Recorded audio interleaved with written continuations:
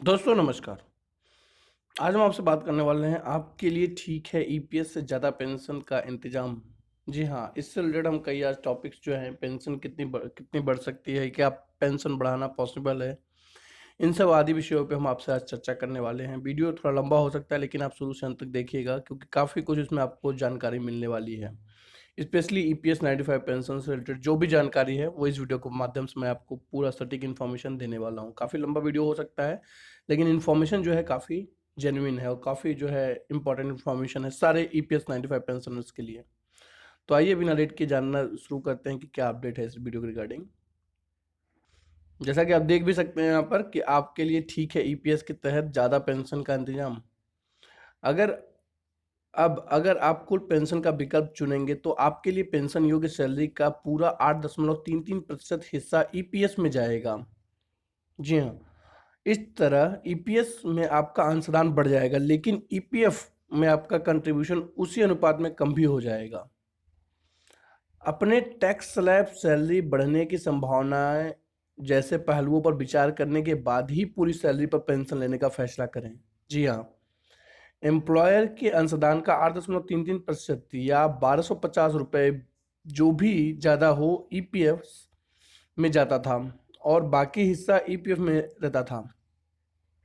Supreme court के फैसले के बाद आप कुल पेंशन का विकल्प चुनेंगे तो पेंशन योग्य सैलरी का पूरा 8.33% हिस्सा ईपीएस में जाएगा। जी हाँ, एम्प्लॉय पेंशन स्कीम के तहत मिलने वाली जो सीमा हाल तक था करीब 7,500 रुपये प्रति महीने की थी।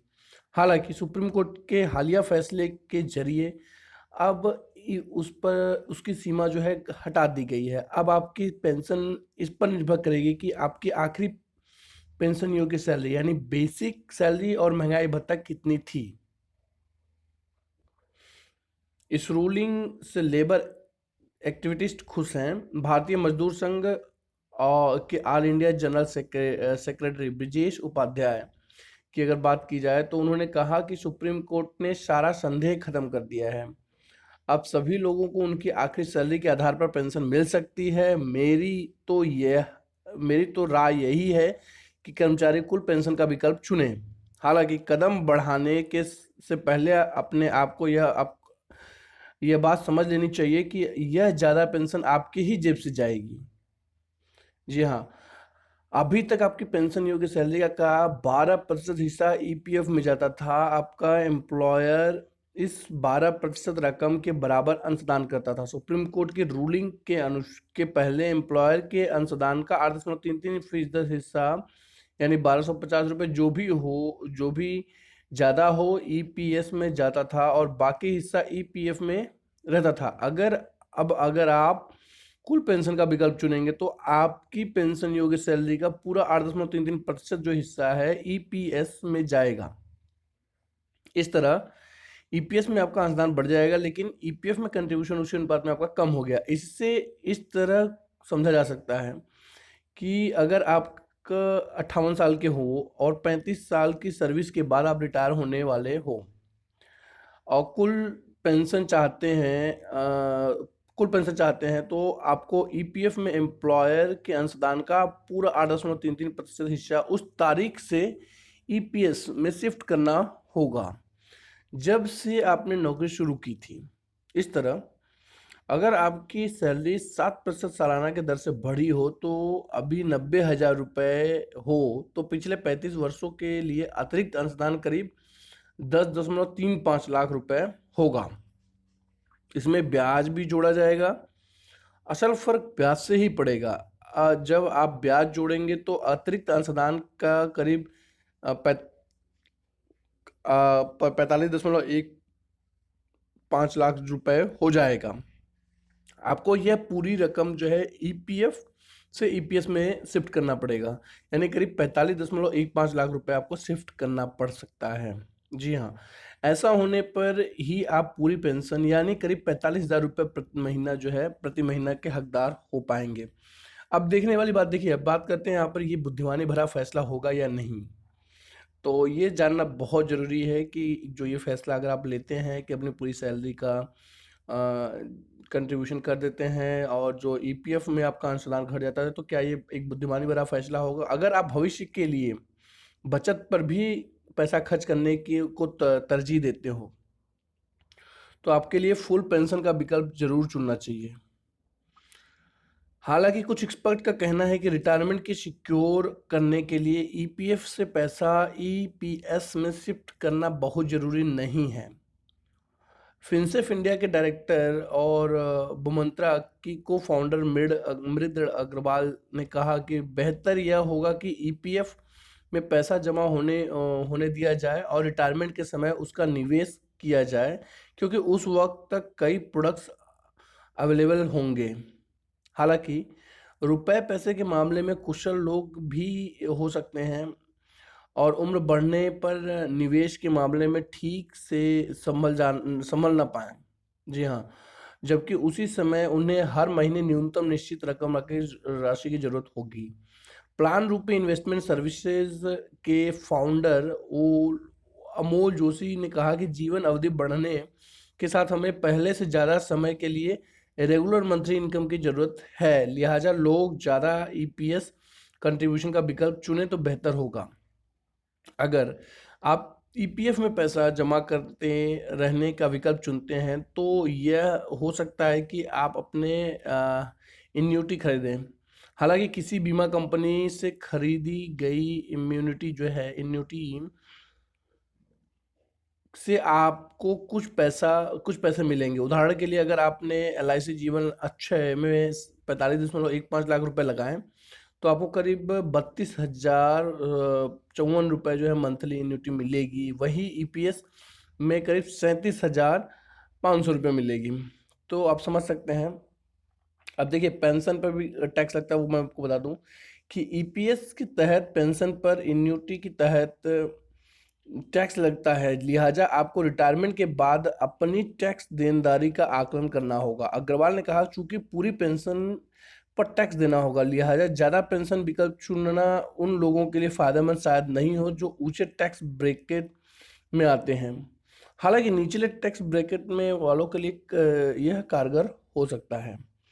और डेट फंड्स में निवेश करना, सिस्टमेटिक विड्रॉल प्लान का विकल्प चुनना, ऊंचे टैक्स ब्रैकेट में आने वाले रिटायर्ड लोगों के लिए टैक्स देनदारी के लिहाज से सबसे अच्छा रास्ता है।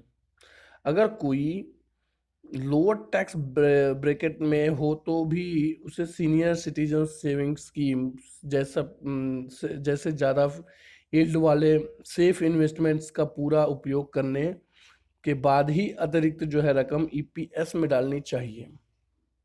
अब देखिए, बात करते हैं अगर सैलरी ग्रोथ की, तो उस पर अगर चर्चा की जाए तो हम बता दें, कैलकुलेशन के लिए महीने में 7% सालाना की सैलरी जो है हाइक का अनुमान लगाया।